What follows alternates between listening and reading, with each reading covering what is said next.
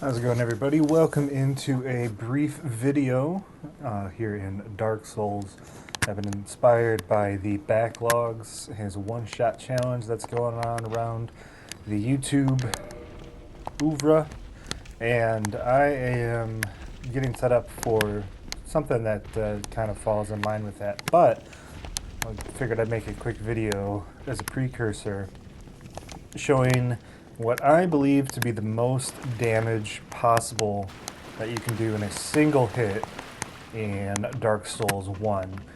Now, a quick disclaimer, this is done in New Game Plus 2, as I messed something up in New Game Plus when I was doing this originally, which is why I'm here in the Asylum. So I don't know if the defenses, some of the undead hollows and some other enemies in the Asylum are affected by the New Game Plus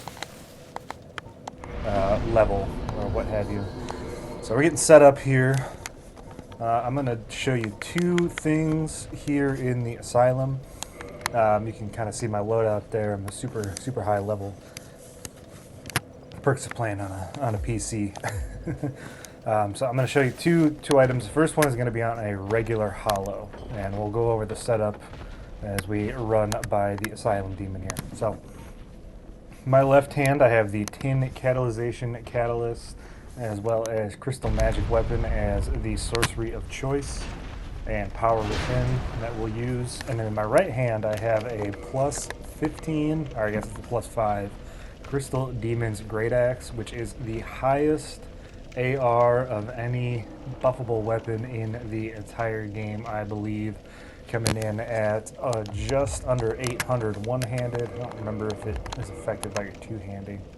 Yeah, just a little bit. But still just a touch under 800, which is very strong. So we'll sit down here. So the general idea here is I'm actually going to switch this Pyromancy Flame to my right hand for a very specific reason. I want to be able to parry, perhaps.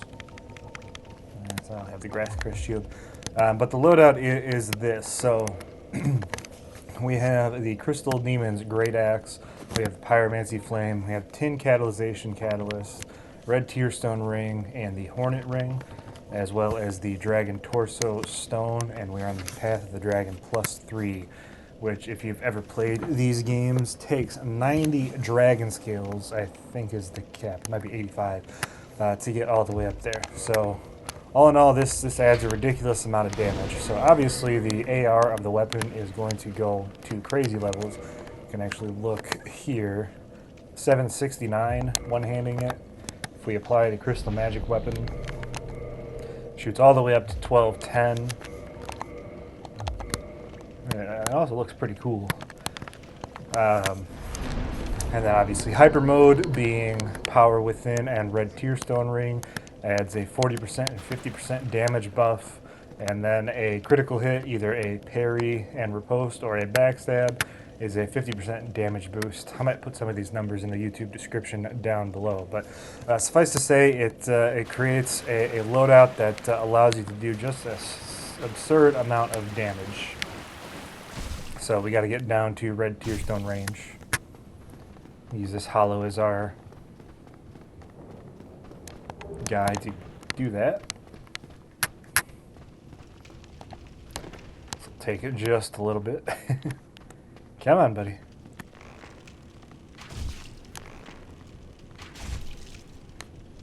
Looks painful. And then, yeah, the Dragon Torso Stone.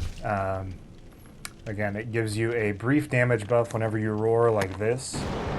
Also stagger enemies. It'll go away in just a moment. I don't recall what the exact... I don't know if there's a symbol on the bar up there. If I do that, yeah, okay, so you see it up there, that's the buff itself. And it's about 5 or so seconds. And the reason that we're using this is it gives you a 35% buff to physical damage output for that short period of time after you roar. And it's also one of the reasons why we are using Crystal Magic Weapon as opposed to Sunlight Blade or the strongest damage buff in Dark Moonblade, which is, I think it's about 10% stronger than a crystal magic weapon with the tin catalyzation catalyst. But of course, you have to be a member of the Dark Moon Covenant in order to use Dark Moonblade, and if we want to get the benefits of the Dragon Torso Stone, then we obviously, well, we can use it when we're not in a Covenant, but it drops back down to, I think, what is a 25, maybe it's 27.5% damage buff after the initial roar. So we'll just finally get down there. Just going to punch this guy a few times. So yeah, 485, that's pretty good damage. Of course, we are in the great amount of damage thanks to the Red Tearstone Ring, and you get a flat boost whenever you utilize Dragon Form. I don't think that bell hit me, but whatever. So let's talk to Oscar real quick, because again, this is the first run through that I've done in New Game Plus 2. And then let's go find ourselves a hollow of... Yeah, we can use this guy. So what we'll do is I'm actually going to take a quick Estus. That's not the right button. I'll power within. These will last about 60 seconds each. Go here, apply this. Get our parrying ready. Okay, this should be good enough. And then, oh, I messed it up, but still 27,330 damage. I actually didn't roar either, so I'm a bit sloppy apparently. I have to just drink one more time. See if I can do this properly, huh? All that setup and it was for naught. Could go into that room up there where the stronger hollow is, but I think they have a touch higher amount of defense, at least that guy does. So you can roar here, and then no backstab, but still you see a little bit higher damage.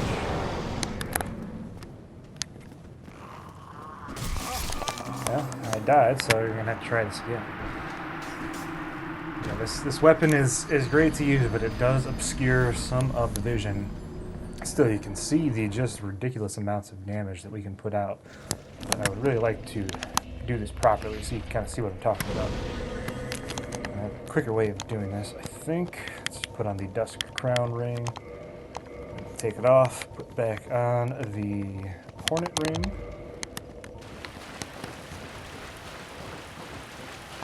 So we can pick up our target shield.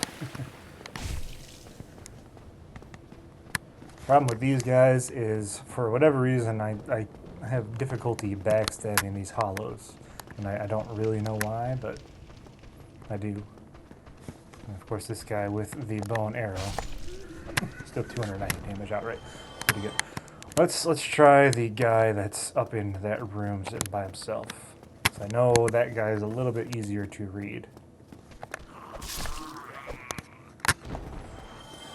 Plus, that means there's less opportunity for interference with some of these other hollows.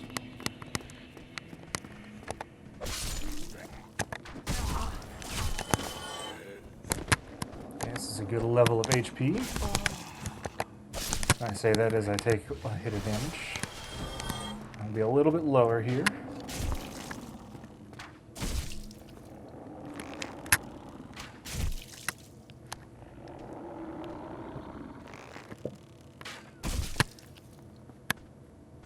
Do one more hit and we'll get our setup ready to go. There we go, Red Tearstone Ring range. So let's pop power within. Swap over to Crystal Magic Weapon. Take a drink real quick and then let our HP start dripping down. Take one hit from this guy. And then we'll see. Trying to get behind him to do a critical hit. He's not going to comply, it doesn't look like. I'll just die there.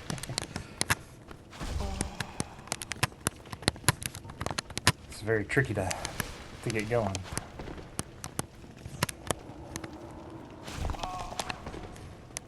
we go. And is he gonna let me do it? Nope. Okay, come on. There we go.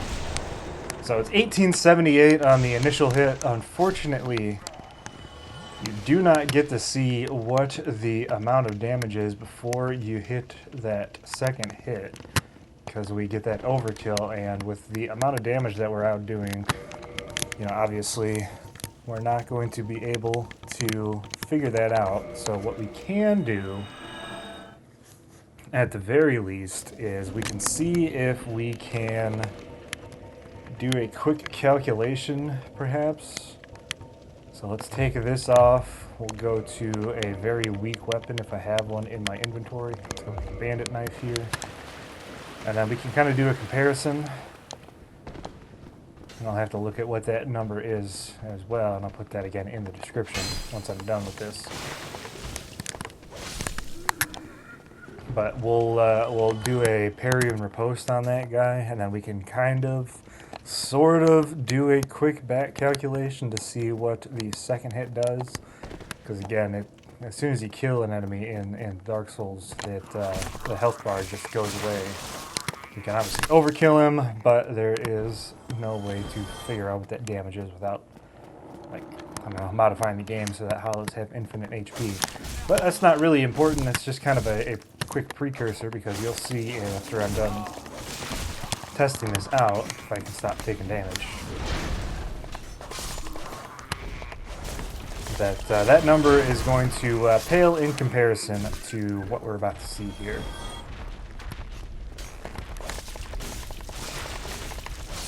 Go. Alright, so we got our good hollow buddy. How's it going, man? So first one is still 437. Okay, so I think I am going to have to dark sign out. Does this lose me all, or does this lose me my dragon form? It actually doesn't. How about that? I never knew. So we've got to lose our dragon form, I think. Or no, that's probably thanks to the Hornet Ring and our ridiculously high damage. And the fact that the Bandit Knife, of course, has a great critical multiplier. I don't think I really have anything weaker. So what I'll have to do is I'll have to go, again, I'll have to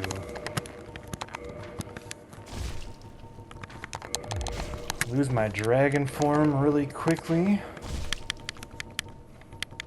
I guess we can leave the Hornet Ring off to test this out so that my unarmed attack rating drops by a significant amount. Just doing this so that I start taking damage quicker. It is fun though, you can do 109 damage just like that. Can you punch people with the Pyromancer's Knife? You can. With 196 damage. Not too shabby.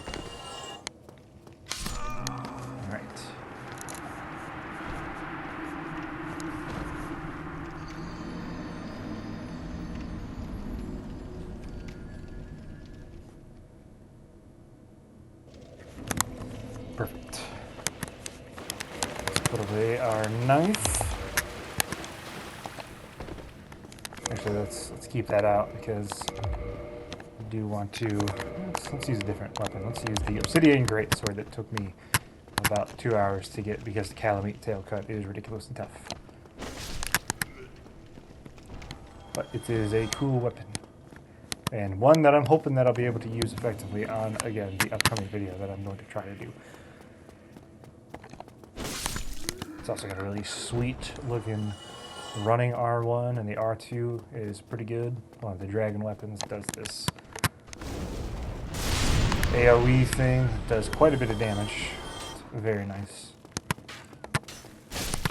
Alright, let's see if we can't get a good read on what we can do here. So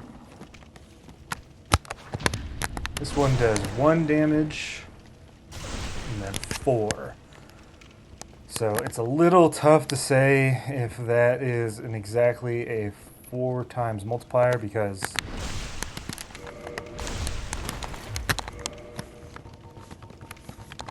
what was I going to say?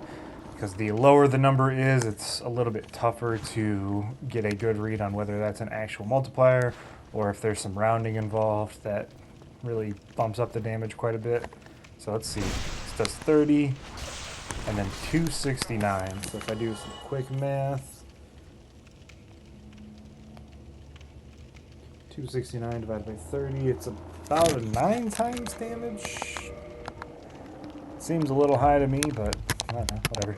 So that's kind of, again, that's kind of the baseline, what we're looking for. Now I'm going to go into the Asylum Demon boss arena, and we're going to do a plunging R1 attack to get the animation. So there you can see, we do 13 damage unarmed, and we do 2 damage on that hit. So